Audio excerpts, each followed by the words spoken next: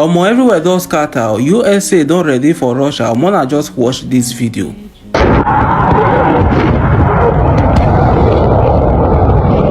U.S. preparing for direct confrontation with Russia in the Arctic.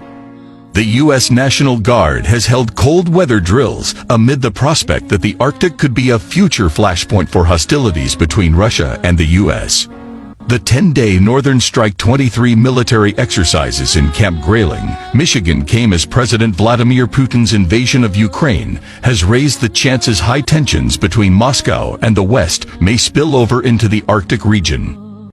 In visiting the site of the exercises, which took place between January 20 and 29, the Military Times reported U.S. Army General Dan Hokanson, chief of the National Guard Bureau, watched live fire practice on the M777 howitzer, one of the NATO weapons used by Ukraine's forces. Field artillery was the focus of the drills, which saw the participation of troops from Latvia, a Baltic state, also keeping a watchful eye on the threat posed by Russia. Malte Humpert, founder and senior fellow of the Arctic Institute think tank, said that the exercises by the U.S. Military Reserve Force symbolize the U.S. really stepping up more and more to the plate. When it comes to the Arctic region, it's not preparing for World War III, he told Newsweek. It's just another step, which shows that the U.S. understand Russia is a hostile nation, and that hostility can potentially extend into the Arctic, which was always seen as a region of exceptionalism.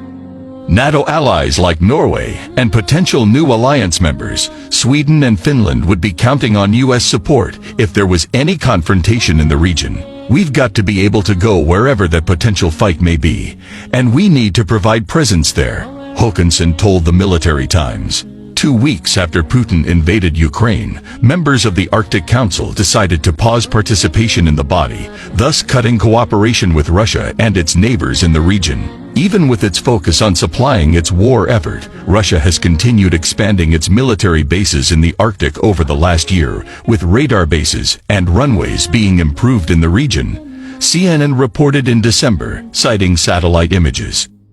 Meanwhile, the Center for Strategic and International Studies, CSIS, said in a report published in January that Moscow's use of hybrid tactics in the Arctic seems to be increasing in both frequency and severity. This includes allegations denied by Moscow that it was behind the sabotage of the Nord Stream pipelines and undersea cables in the Arctic and near Arctic.